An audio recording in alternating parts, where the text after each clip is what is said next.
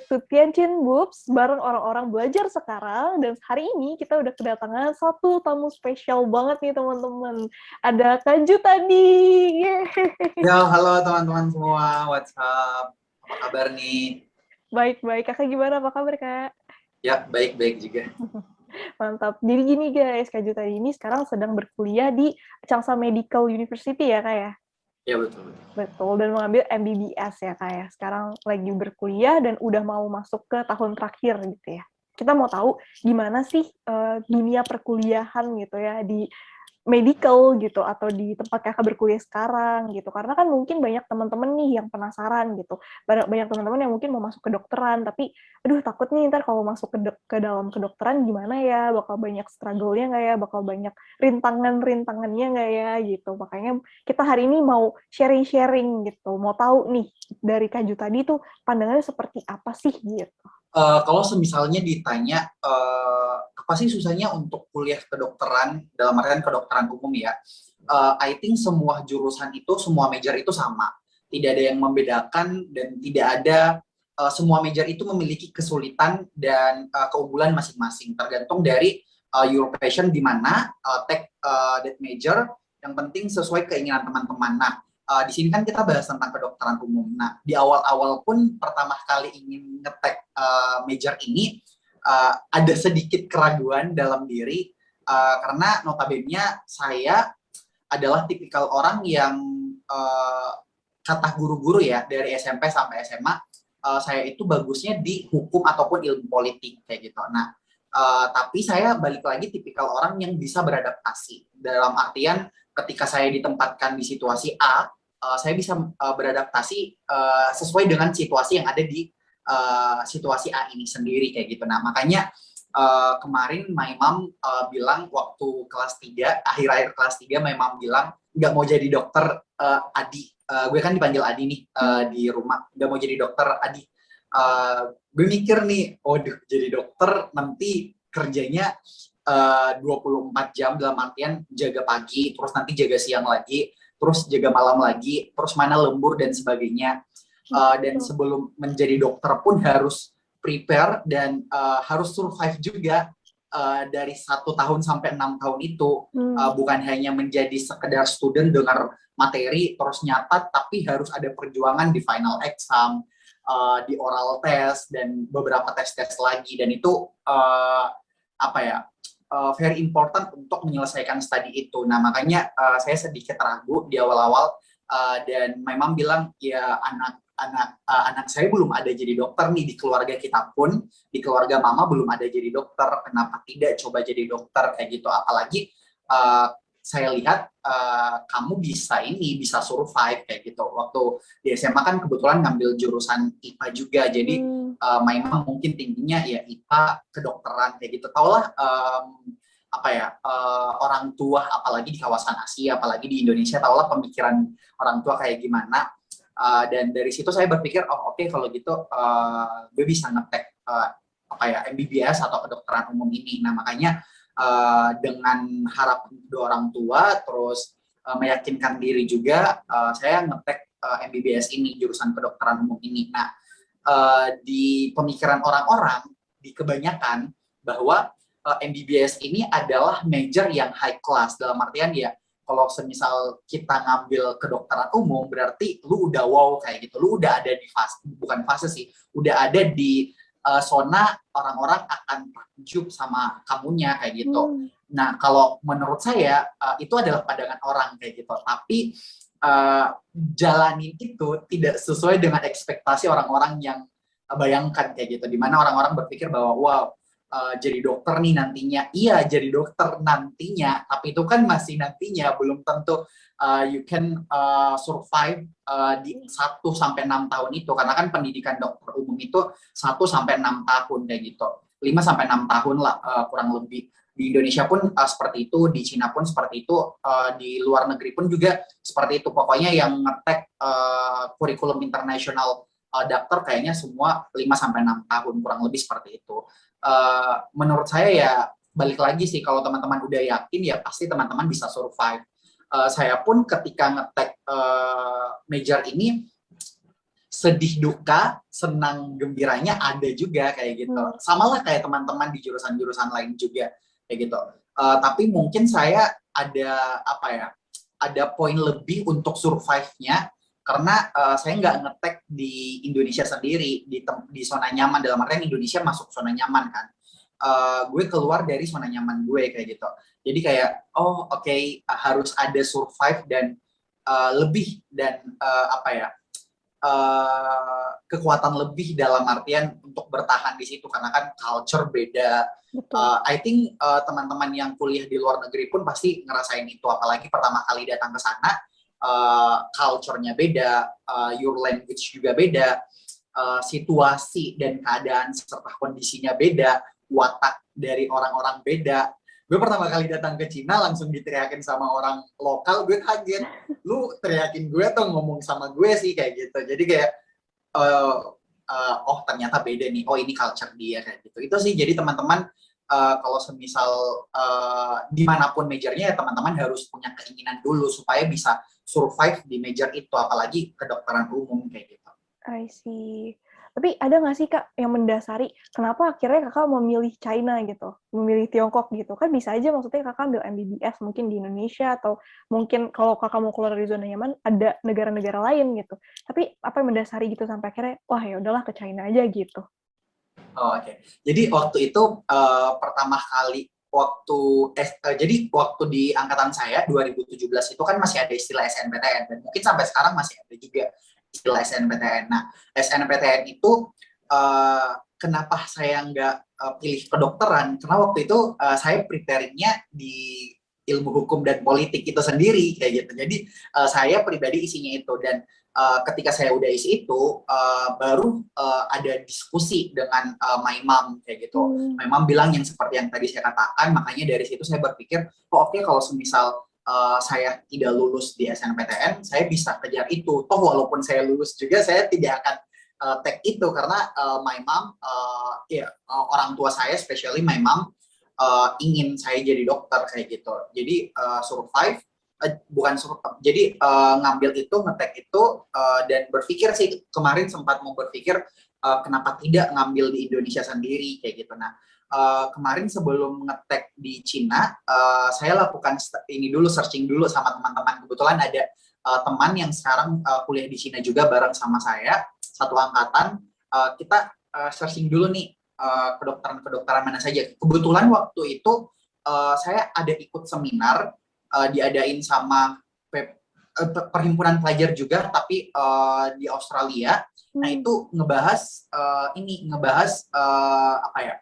ngebahas beberapa major yang bisa teman-teman apply di sana, tapi nggak ada kedokteran. Nah dari situ kami pertama asal usulnya ini sih ngadi-ngadi orang bilangnya, kayak nyari asal-asal doang kayak gitu. Kita nyari di major lain, searching, tiba-tiba ada ketek di pikiran kenapa tidak kita searching kedokteran aja di luar negeri kayak gitu. Nah akhirnya searching, pertama ada ini sih, ada apa ya, ada beberapa poin, kayak ada beberapa negara yang menjadi list, salah satunya Rusia, sama Aussie juga, Australia, Singapura, dengan Cina juga. Nah, cuman kemarin daftar di beberapa, tapi mungkin rezekinya di Cina ya, jadi dapatnya di Cina. Kemarin sempat di Cina saya daftar di 2 university, di Yangtze University, 3 university, sorry. Di Yangtze University, di Hubei Polytechnic University, sama Changsha Medical University. Nah, kebetulan di Yangtze University saya lulus juga. Terus di Changsha Medical University saya lulus juga. Kalau di Hubei Poly tidak ada keterangan sama sekali. Jadi jadi kemarin berpikirnya udahlah nggak lulus di situ. Nah, lulusnya di Yangtze University sama Changsha Medical University. Saya searching lagi nih untuk kriteria dalam artian passing grade dari university-nya kan, masuk kategori mana kayak gitu. Nah, saya lihatnya kalau dari segi university, Yangtze University menang ketimbang Changsha University, tapi dari segi kualitas dan kuantitas fakultasnya, majornya sendiri, si Changsha Medical University menang ketimbang Yangtze University. Nah, makanya kemarin saya milihnya Changsha Medical University. I see. Kalau boleh tahu nih Kak, kan waktu Kakak ke sana nih, udah akhirnya mutusin kan ya udah kita ke Changsha Medical University gitu ya. Terus ada kesulitan-kesulitan apa nggak yang Kakak temuin kayak, aduh kayak pelajarannya tuh beda ya bobotnya ya, mungkin karena bahasa atau karena nggak tahu ya, mungkin karena apa gitu. Cuman ada nggak gitu, apalagi mungkin Kakak pasti punya temen di Indonesia yang mungkin juga ngambil kedokteran kan, kayak wah ini beda banget nih yang diajarin di China sama di Indonesia gitu. Ada nggak tuh Kak yang kayak gitu? Ya, jadi ketika pertama kali datang ke sana, khususnya di Changsha Medical University, itu di My University kita belajarnya itu ada tambahan subjek. Jadi selain belajar medical subject, ada tambahan kalau nggak salah medical Chinese, terus culture, terus ada HSK. Jadi ada 3 subjek tambahan. Nah, untuk culture-nya pakai bahasa Inggris, tetap pakai bahasa Inggris. Untuk medical Chinese-nya mix English dengan Mandarin, tapi untuk HSK di tahun pertama itu kan kalau di My University harus ngetek HSK 3. Nah, di HSK 1, 2 itu masih mix English Mandarin, tapi masuk HSK 3 udah Mandarin full, jadi nggak ada English lagi. Nah, itu sih bedanya. Jadi enak, teman-teman Indonesia kan nggak perlu belajar bahasa lagi. Kalau kami di sana harus membagi porsi waktu dan porsi pola pikir kita untuk bagaimana bisa mengatur waktu dan memanage waktu nih, karena ada medical subject juga, ada tambahan 3 subjek ini lagi kayak gitu yang tadi saya sebutin. Dan kita harus betul-betul tekunin semua kayak gitu, bukan hanya harus medical subject aja nih saya tekunin. Kenapa? Karena kan sayanya dari niatan ke Cina untuk sekolah kedokteran, kenapa saya harus belajar bahasa dan sebagainya. Itu kita tidak bisa seperti itu. Kenapa? Kalau misal memang medical subject lebih ditekunin, terus Mandarin subjeknya seperti HSK-nya itu tidak ditekunin, teman-teman bisa-bisa di DO. Kenapa? Karena My University itu sistemnya di tahun pertama harus ngetek HSK 3, kalau tidak ngetek ya di DO. Kalau tidak mau di DO harus turun batch. Jadi semisal angkatan 2017 berarti turun ke 2018 kayak gitu. Tapi ya kali siapa yang mau turun di angkatan 2018 juga kan? Betul, betul. Gimana kalau kedokteran itu orang pikirnya umur, karena kan durasi pendidikannya 5-6 tahun. Kalau turun lagi aduh, bisa-bisa kita udah berumur masih jadi student kayak gitu. Nah, itu sih, jadi kita lebih banyak survive-nya di situ ketimbang teman-teman di Indonesia. Nah, terus dari segi pengantar bahasa juga, kalau di My University itu kan kita pengantarnya English, jadi ada beberapa kosakata yang baru ditemu. Jadi kosakata English yang secara general dengan medical English itu agak-agak beda kayak gitu. Jadi kayak harus translate dulu kayak gitu untuk nemuin beberapa kosakata yang masih rada-rada awam kayak gitu. Jadi itu sih kewalahan dan kendalanya saya di awal-awal kuliah kayak gitu. I see. Tapi secara sistem pendidikan gitu Kak, dan secara materi pelajaran, bobotnya sama aja kah dengan yang di Indonesia? Atau mungkin dia punya, wah ini nih di China bobot pelajarannya jauh lebih tinggi, atau sistem pelajarannya pakai cara lain gitu? Oh, I see. Jadi kemarin sempat diskusi kan sama teman-teman di first years, teman-teman di Indonesia juga. Kalau kami di first years itu betul-betul kami belajar ada subjek medicalnya, dan kayak contoh anatomi dan sebagainya, kita langsung nemu kadaver. Jadi kita langsung belajar anatominya di kadaver. Sedangkan teman-teman itu di semester awal, yaitu first semester, sedangkan teman-teman yang di Indonesia baru dapat di second semester atau third semester. Jadi semester 2, semester 3 mereka baru nemu kadaver. Kalau kami semester 1 udah nemu kadaver kayak gitu. Jadi itu sih mungkin salah satu perbedaannya. Terus dari kualitas kadavernya mungkin juga sedikit berbeda. Kalau yang saya di kadaver My University lumayan bisa tahu betul-betul, oh ternyata ini bagian A, oh ini bagian B. Jadi betul-betul beda kayak gitu. Kalau yang di teman-teman di Indonesia kan ada beberapa university katanya kadavernya udah hitam dan sebagainya kayak gitu. Jadi kayak agak susah untuk membedain organ satu dengan organ yang lain, walaupun secara bentuk emang beda, tapi secara warna kan color juga harus dilihat juga, karena kan ada arteri A, B, C, D dan sebagainya. Itu kan yang membedain biasa dari segi warna juga. Jadi kurang fresh lah, kurang fresh kayak gitu kadavernya. Terus dari lab juga untuk apa ya, fasilitas daripada lab juga beda sih dari teman-teman. Kenapa? Karena untuk lab kami bisa 24 jam asal didampingi dengan supervisor. Terus untuk perpustakaan juga kita bisa apply 24 jam. Yang penting ada di jam 11 sampai jam 11 ke bawah itu ada supervisor yang jaga. Jadi selagi ada supervisor kita bisa bisa akses semua itu kayak gitu. Jadi itu sih kelebihan yang menurut saya, bukan kelebihan sih, keunggulan daripada yang di Indonesia sendiri kayak gitu. Terus teman-teman kan bisa survive bahasa Inggrisnya teman-teman dalam artian improve your English lagi kayak gitu, karena kan kita bukan kelas lokal di sana. Jadi dibedain, teman-teman yang lokal ya punya kelas sendiri di mana bahasa pengantarnya ya Mandarin language. Kalau kami masuk di foreigners, international student, jadi betul-betul dia dari teman-teman foreigner semua. Jadi your English juga bisa di-improve juga kan kayak gitu. I see.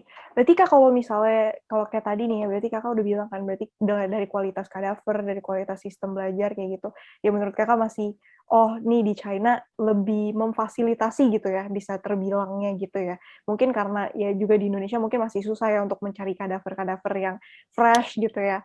Nah, kemarin tuh aku sempat tahu juga nih, ada yang sempat bilang gitu, teman kedokteran juga gitu, dia bilang, iya, kalau di China itu belajarnya itu kalau nggak salah per blok ya, dia bilang. Jadi, Iya, sedangkan betul-betul. kalau di Indonesia enggak gitu ya. Itu tuh maksudnya apa sih kayak gitu? Boleh dijelasin nggak? Oh, jadi kayak gini, kalau teman-teman di Indonesia itu di awal untuk tahun angkatan 2017 sampai ke bawah sampai sekarang kayaknya dia masih kayaknya teman-teman di sini pakai sistem pakai sistem apa ya? Saya kurang tahu namanya, tapi dia udah terstruktur kayak gitu. Udah bukan terstruktur sih, dalam artian ya kalau misal anatomi itu kan ada anatomi 1, 2. Nah, dia langsung belajar anatomi kayak gitu. Kalau kami ada anatomi 1, anatomi 2, jadi sistem per blok kayak gitu. Jadi tertata sih, kalau dari saya ya lihatnya lebih tertata kayak gitu. Kalau belajar radiologi, terus nanti akan ada praktiknya lagi, terus nanti akan ada lagi internal medicine 1, internal medicine 2 kayak gitu. Jadi kalau yang saya tahu ya, di Indonesia internal medicine 1, terus nanti next semester atau di second semester atau third semester baru internal medicine 2. Jadi jaraknya jauh kayak gitu. Kalau kami semester ini internal medicine 1, kalau semisal selesai bisa langsung lanjut internal medicine 2 kayak gitu. Terus semester berikutnya baru ada internal medicine 2 kayak gitu. Kurang lebih kayak gitu sih. I see. Berarti bener ya kalau kayak gitu, berarti kalau yang di Indonesia itu lebih kayak ya udah kalau udah mempelajari satu, terus yaudah dipelajarin dulu semuanya, habis selesai itu baru next-nya belajar lagi gitu ya. Tapi Iya, kayaknya kayak gitu. kalau di China lebih kayak ya udah nih per blok, jadi kayak misalnya belajar tentang kepala dulu, kepala semua sama obat-obat, terus Nah, obat-obatnya itu. kurang lebih istilahnya seperti itu. Terus Gambarannya baru, seperti itu. iya, terus baru yang lain gitu ya. Berarti kayak di breakdown-nya lebih, bisa dibilang lebih detail ya jadinya ya. Iya gak sih? Gak juga. Kalau saya dapat ya, di sistem kurikulum di Indonesia ada plusnya juga. Di sistem, tapi ada minusnya juga. Kalau sistem kurikulum di Cina ada plusnya juga, tapi ada minusnya juga kayak gitu. Karena kalau teman-teman, contoh kalau teman-teman kalau mungkin di Indonesia kenapa diterapin seperti itu, karena dia ada istilah koas di tahun ketiga, tahun keempat mereka ada koas. Kalau kami kan tidak ada istilah koas. Kami di tahun keempat, tahun kelima baru masuk internship. Terus nanti setelah internship after internship baru masuk graduation. Kalau di Indonesia ada tahapan-tahapannya. Dimana kan kalau di Indonesia ada SCAT kan, sarjana, ada SCAT yang harus dia ambil di tahun ketiga. Nah, setelah SCAT baru dah dia koas kayak gitu. Jadi beda sistem juga sih. Jadi ada plus minusnya kayak gitu. Betul, betul. Mungkin nanti bisa dikonfirmasi juga ya sama teman-teman yang nonton ya. Mungkin ada teman-teman mahasiswa Indonesia gitu yang juga belajar kedokteran gitu, bisa komen mungkin di bawah ya.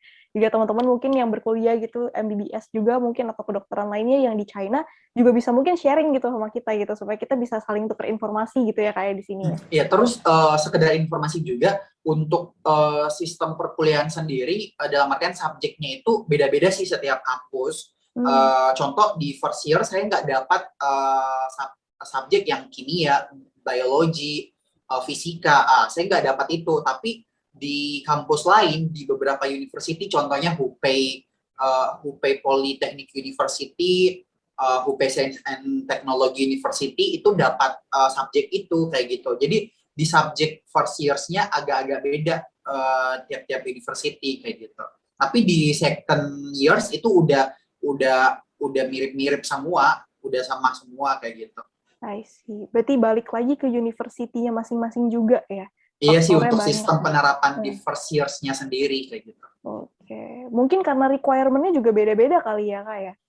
Iya sih kayaknya. Iya ya. Karena teman-teman yang contoh yang di Hubei Polytechnic University, Hubei Science and Technology University, mereka itu tidak diwajibkan untuk ngetek HSK 3 di first years.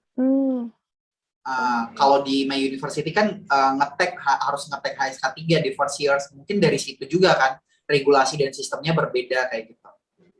I see. Ya, paham.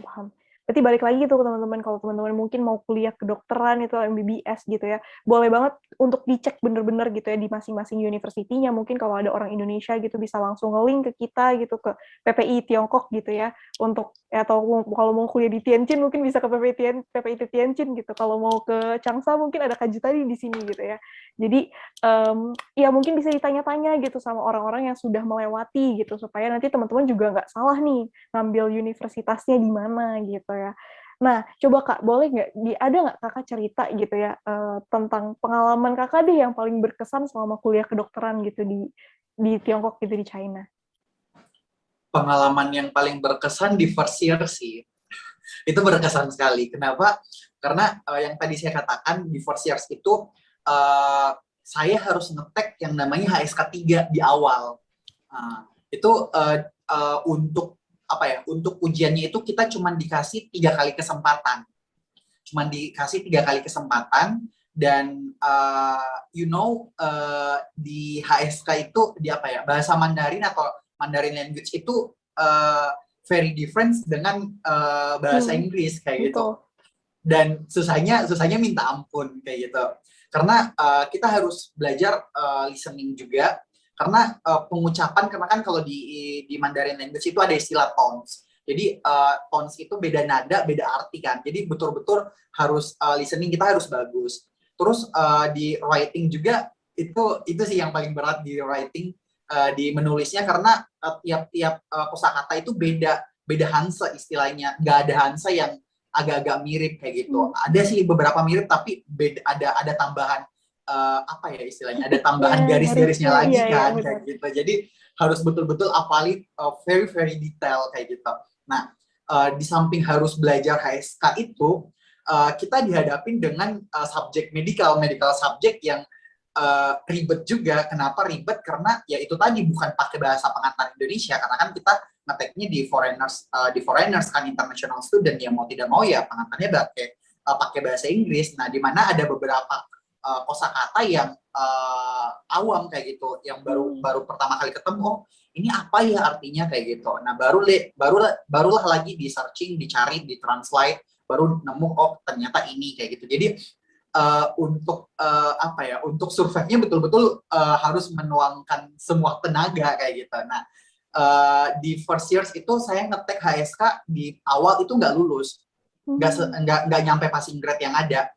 Nah, makanya waktu tidak sampai di situ sudah was-was nih, pilihannya antara di DO atau turun ke batch 2018 atau betul-betul belajar giat kayak gitu. Nah, jadi di awal-awal itu saya betul-betul ini sih, handphone yang tadinya 100% selalu pakai, HP selalu pakai, PPIT dalam artian selalu ikut nimbrung rapat dan sebagainya, menggarap proker ini itu dan sebagainya, gue langsung skip, betul-betul skip. HP pun sangat jarang saya pakai. paling kalau mau pakai ya cari kosakata baru. Kan di HP kita bisa pakai Playco kan, ada Playco yang sangat membantu juga cara penulisan dan sebagainya. Ya jadi betul-betul 1 bulan itu betul-betul prepare, 1 bulan akhir lah istilahnya, antara hidup dan mati lah istilahnya. Karena kalau semisal di DO, siapa yang mau di DO terus balik ke Indonesia, orang-orang akan tanya kan, kenapa balik ke Indonesia? Masa ya kali kita mau bilang karena saya di DO di my university, apa ya, jadi kayak urat malu kita mau disimpan di mana coba kalau seperti itu kan. Nah makanya betul-betul apa ya, kalau saya bisa bilang preparing saya yang paling maksimal di situ, itu ngalahin preparing saya di ujian nasional. Betul-betul iya, ujian nasional kan, kalau ujian nasional kan kita kayak enak kan, ada ini kan apa, terkonsep oh kita belajar ini dan sebagainya. Di situ betul, terus ada kisi-kisi juga kan. Kalau di HSK ya kali ada kisi-kisi, ya ada kan. Tiap soal beda, tiap tahun beda ini dan sebagainya. Aduh, jadi ribet sih. Itu saya betul-betul 1 buku tulis itu full dengan Hanse belajar satu-satu kosakata. Bayangin kayak gitu. Gue ini kan anak medikal, kenapa harus belajar Mandarin kayak gitu. Gue bilang sama diri gue kan kayak gitu. Tapi mau tidak mau saya harus belajar itu. Kenapa? Karena itu salah satu istilahnya tiket saya untuk melanjutkan studi kayak gitu. Tapi Kak, ini kan menarik sih. Kakak kan bilang udah hampir kena DO juga ya gara-gara bahasa gitu ya. Tapi pernah nggak sih Kak waktu selama masa-masa itu gitu stres dan pusing banget gitu ceritanya. Tapi kan Kakak maksudnya berhasil gitu sampai ke titik ini gitu. Boleh nggak sharing gitu? Gimana sih cara Kakak overcome situasi seperti itu di saat itu gitu? Jadi itu kan waktu itu saya preparing hanya 1 bulan, tinggal 1 bulan preparing untuk ngetek HSK. Jadi betul-betul yang tadi HP yang saya gunain 100% sosial media, Instagram, WeChat, bla bla dan sebagainya, itu saya countdown tidak pakai 100%, tetap pakai sih untuk ngabarin orang tua, bla bla dan sebagainya. Tapi Instagram kayaknya saya off betul-betul 100%.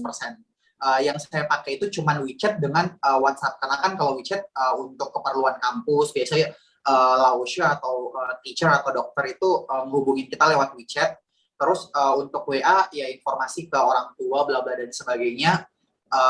Ya yang sosial media lain saya hilangin dulu kayak gitu. Nah terus di situ kan masih jauh dengan final exam kan, masih ada preparing 2-3 bulan untuk final exam di medical subject-nya. Nah, di situ saya betul-betul buat keputusan bahwa oh, saya harus skip dulu nih medical subject dengan syarat harus ngejar nantinya setelah 1 bulan ini harus ngejar medical subject untuk preparing final exam kayak gitu. Nah, 1 bulan itu betul-betul cuman apa ya? Kegiatan saya itu sehari-hari cuman bangun, keluar dari dormitory ke kelas, habis ke kelas ke tusukuan, ke perpustakaan. Jadi itu 3 tempat itu doang 1 bulan betul-betul full 1 bulan. Oke. Tapi benar-benar survive ya, berarti bisa sebenarnya ya. Iya, jadi itu sih yang saya bilang, yang saya tekankan pada teman-teman. It's nothing impossible. Kayak tidak ada yang tidak mungkin. Tapi teman-teman yang harus garis bawahi, teman-teman harus punya nawa itu, harus punya niat kayak gitu. Kalau teman-teman sudah niat ya pasti teman-teman dengan cara apapun pasti akan survive-kan diri teman-teman. Harus dengan cara apapun pasti teman-teman akan putar pikiran teman-teman untuk bisa bertahan kayak gitu.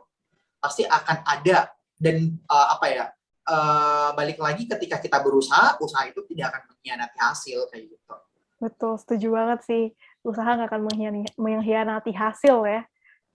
Aduh, ini the best banget. Mulai lagi ya.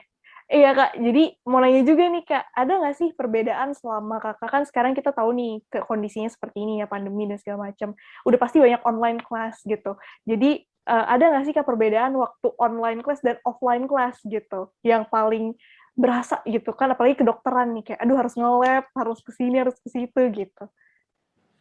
Untuk perbedaan pasti ada. Dari major-major lain pun saya yakin ada. Dari Vina sendiri pasti beda kan rasanya. Betul. Yang tadinya kita belajar betul-betul datang ke kelas, terus dengerin Lausha secara langsung, maparin PPT ataupun materi yang ada. Ini kita cuman diam di suatu tempat yang nyaman menurut kita. Kalau saya, especially di tempat tidur, itu biasa nyalain laptop sudah dengar materi.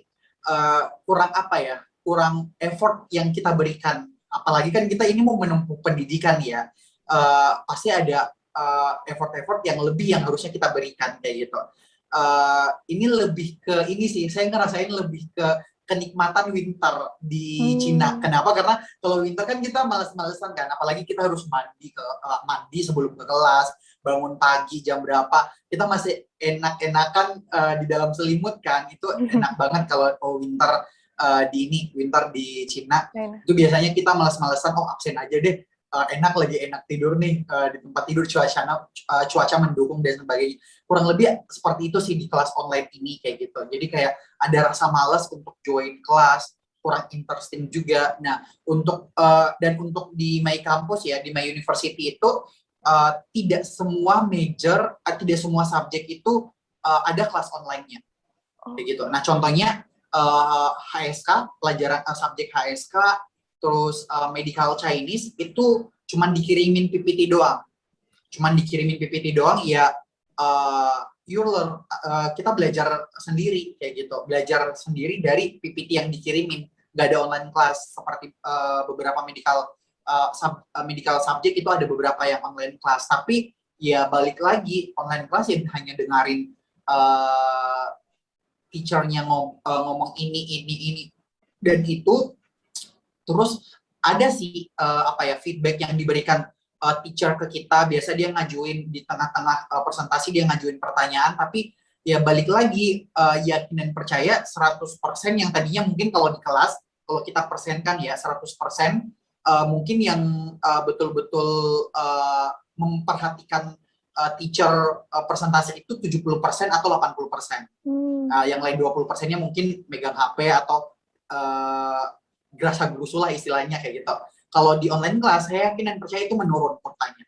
30 sampai 40% yang cuma memerhatiin teacher. Kenapa? Karena terkadang teacher itu Laosha itu ngelemparin pertanyaan ke misalnya, bisa jawab nggak pertanyaan ini dan sebagainya. Tapi dia nggak ngomong apa-apa.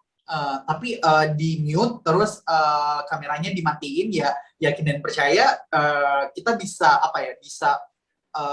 negatif thinking, dia lagi tidur kan kayak gitu. Jadi ya itulah kekurangannya lab.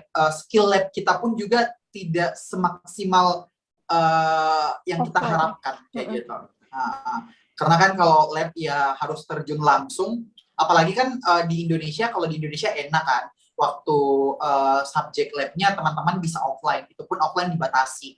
Semisal ada 30 orang dalam satu kelas, itu dibagi per minggu, satu minggu cuma satu kelas cuma 10 orang doang yang bisa datang di lab. Itu enak sih teman-teman yang di Indo, tapi yang tidak enaknya ya di kita yang kelas online itu, karena kan kita jauh, ada di Indo, ada di sana juga. Tapi sekedar informasi teman-teman, sekarang di Cina udah kelas offline juga. Jadi teman-teman yang study di sana, yang masih stay di sana, yang tadinya harusnya balik tapi karena lockdown udah bisa balik, ya dia udah offline kelas, enak juga kayak gitu.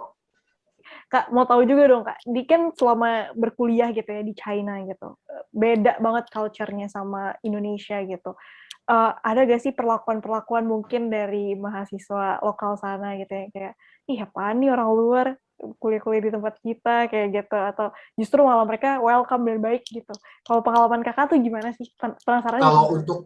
Kalau untuk student lokalnya sendiri, saya belum pernah ya kayaknya, belum pernah sampai sekarang ya, dari first years pertama kali datang sampai sekarang belum pernah ngerasain tindakan semena-mena atau tindakan apapun itu yang berbau negatif, itu tidak pernah untuk student lokalnya.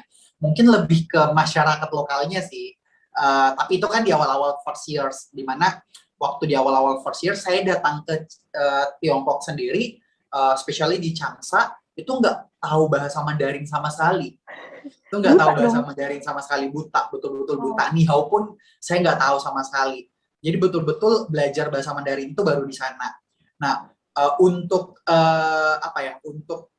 bercakap ataupun berdialog, berbicara dengan masyarakat lokal itu kan kita kan butuh, kalau di first year kan butuh butuh melengkapi Virgi itu ini kan butuh melengkapi apa ya, Dorm alat-alat ya? kamar kan, Oh iya, dormitory kan, harus melengkapi ini itu dan sebagainya. Nah, cara belinya pun uh, ini biasa apa ya, dalam artian kita dibodoh-bodohin kayak gitu. Hmm, Jadi di awal kan saya nggak tahu bahasa kan, saya datang beli something di tempat itu, dia ngomong apa, gue nggak ngerti, jadi gue kasih uang 100 kuai, ipai. Nah, gue kasih uang 100 kuai, gue mikirnya kalau gue kasih uang 100 kuai, barang-barang yang saya beli ini tidak sampai 100 kuai. Nah, makanya gue kasih 100 kuai, supaya dia nanti bisa langsung kasih ini kembaliannya kan. Pikirnya betul. supaya mempermudah kan. Nah, ternyata dia kasih kembaliannya, oh sekian. Nah, terus pada saat setelah saya bandingin apa ya, setelah bisa bahasa Mandarin, dalam artian sudah bisa ngomong ini itu dan sebagainya, gue beli barang yang sama, saya beli barang yang sama, tapi kembaliannya beda kayak gitu. Jadi gue bilang, oh waktu di awal-awal gue kayaknya tahu gue gak bisa bahasa Mandarin, makanya kamu bodoh-bodohin saya kayak gitu. Nah sekarang kayaknya lu gak bisa bodoh-bodohin saya karena saya udah bisa ngomong sama lu kayak gitu kan.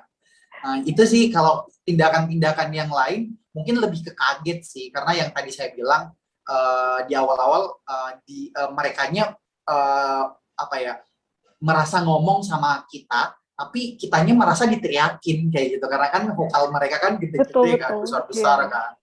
Apalagi masih ingat di awal-awal pertama kali ke office, international office-nya, itu gurunya teriak. Uh, saya nggak tahu dia bilang apa, tapi saya lihatnya dia marah nih, kenapa ada guru berkelahi dengan guru yang lain, padahal dia cuman bicara doang kayak gitu, tapi kitanya lihat dia kayak Kayak berantem berkelahi gitu kayak ya. gitu. Iya, Iya, iya. berantem kan, kayak ini dan sebagainya. Gue kaget, ini kenapa nih Kenapa orang kayak ini gini kayak ribut-ribut gitu gitu. ya? Padahal dia cuma ngomong doang kayak gitu.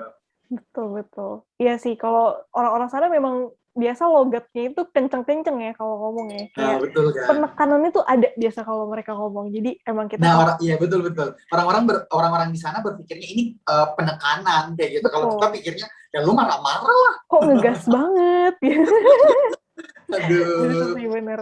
Aduh, menarik sih ini, Kak. Tapi Kak, boleh tahu gak nih, kan Kakak udah ngambil kedokteran gitu ya sekarang gitu, dan udah mau lulus gitu ya. Kakak tuh ke depan tuh mau ngapain sih sebenarnya? Apa sih mimpi Kakak gitu? Berhubung juga, aku juga sering lihat kan gitu di Instagram Kakak ngelakuin pergi gitu untuk sosial gitu, social event gitu ya, mungkin ke pedesaan atau kemana gitu. Sebenarnya apa sih yang mau Kakak achieve gitu? Oh, I see, I see. Jadi untuk saya secara personal, saya memang tipikal orang yang organisator. Udah dari SD kelas 4 semester 2, saya udah mulai berorganisasi.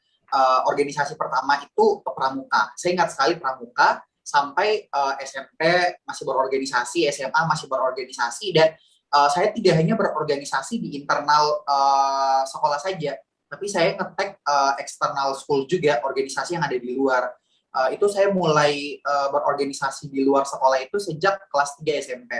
Nah, itu saya sudah mulai memberanikan diri untuk berorganisasi di luar, dan rata-rata di organisasi yang saya yang saya join itu ada kegiatan sosialnya. Dalam artian ada kegiatan sosial yang dicanangkan untuk 1 tahun periode kepengurusannya mereka kayak gitu, dan saya selalu aktif dalam kegiatan-kegiatan itu juga. Nah, mungkin dari situ, dari saya join di organisasi, walaupun organisasinya itu tidak berlatar belakangkan organisasi sosial, tapi ada beberapa kegiatan-kegiatan dan agenda yang berbau sosial, yang mungkin dari situlah ada apa ya, ada citra tersendiri yang saya lihat dalam dunia sosial itu sendiri kayak gitu, ada nilai plus sendiri dalam dunia sosial itu sendiri. Nah, makanya dari situ saya selalu ikut dalam kegiatan-kegiatan sosial, baik itu secara langsung maupun tidak langsung, dalam artian ketika ada waktu ya kenapa tidak kita sempatkan, tapi ketika tidak ada waktu, kalau bisa membantu dalam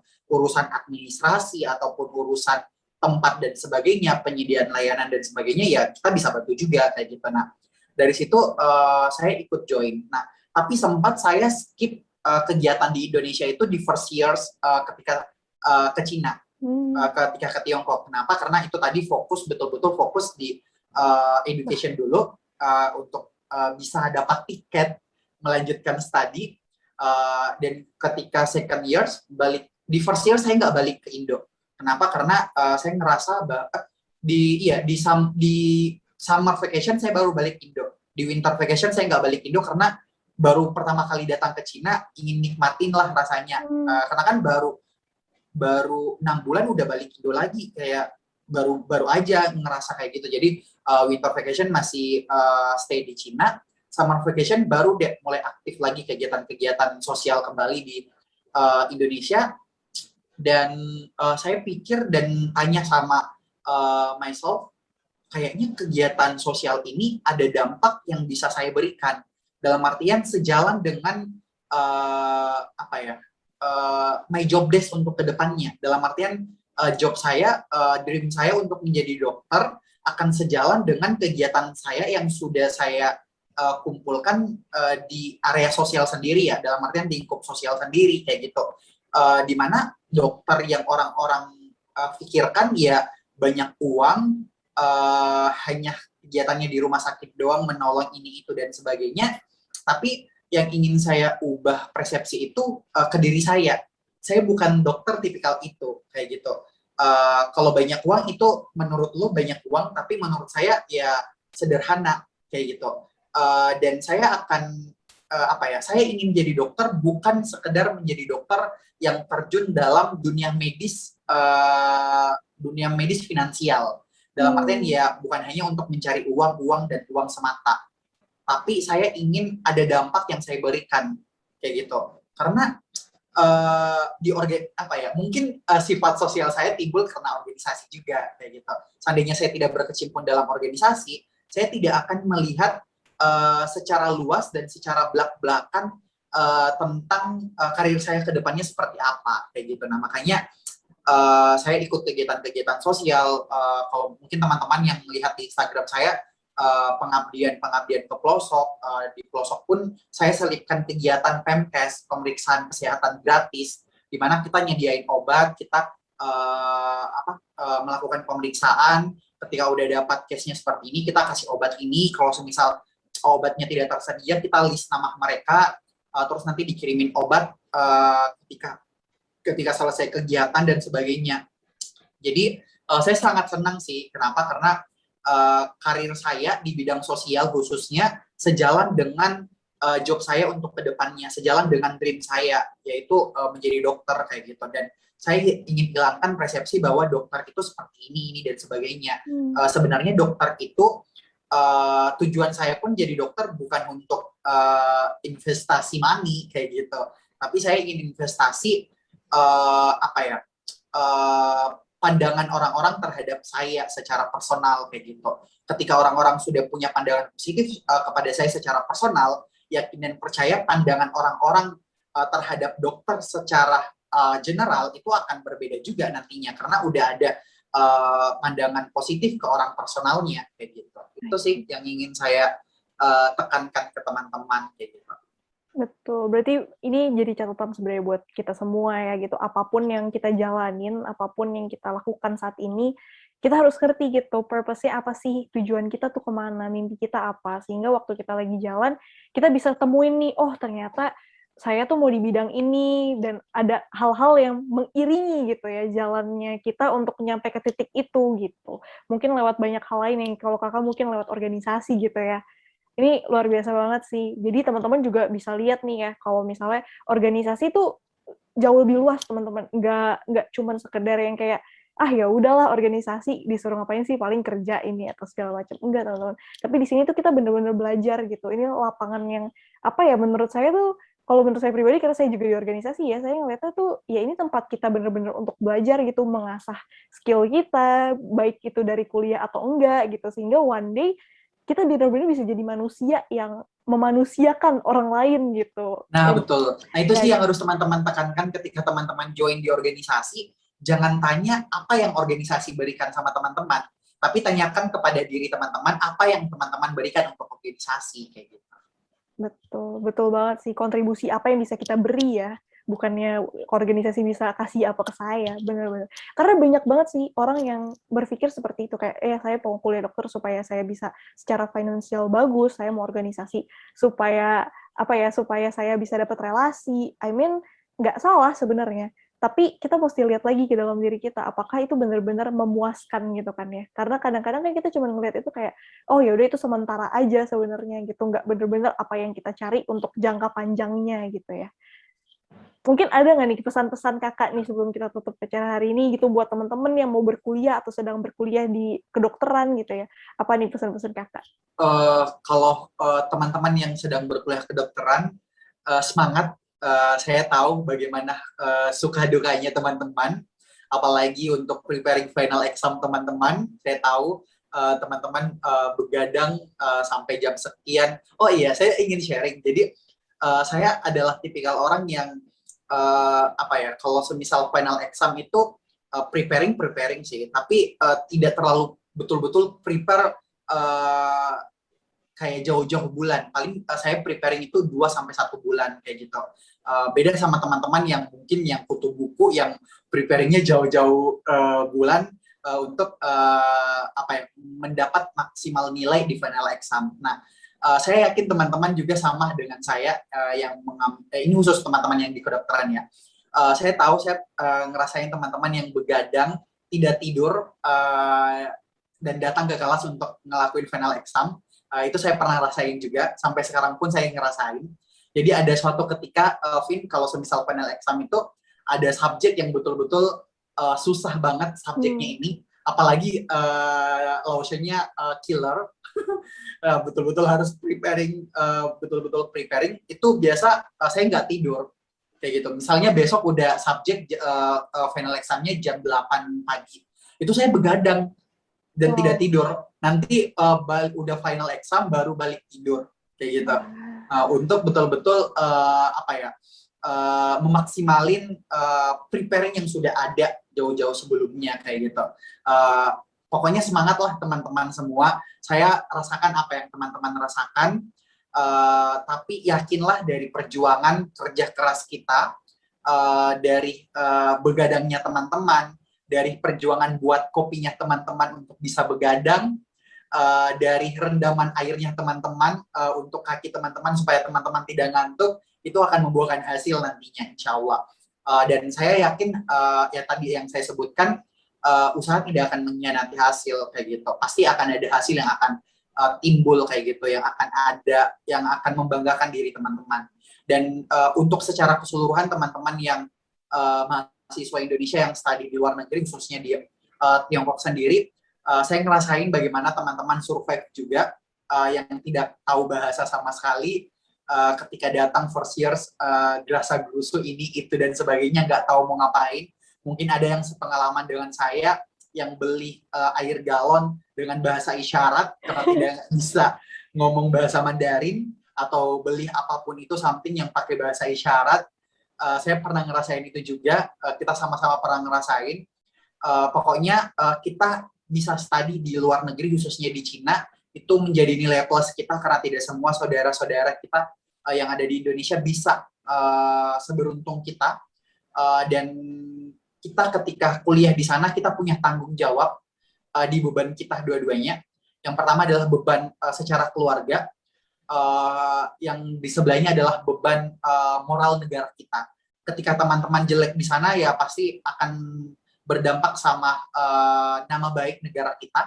Jadi teman-teman do something good untuk bisa membuat image Indonesia jauh lebih baik lagi. Bukan baik lagi, tapi jauh lebih baik lagi. Apa ya? Terakhir mungkin saya ingin bilang, dream, believe, and make it happen. Teman-teman dalam hidup itu harus punya mimpi, harus punya dream. Kenapa? Karena ya itu tadi, teman-teman harus punya masa depan.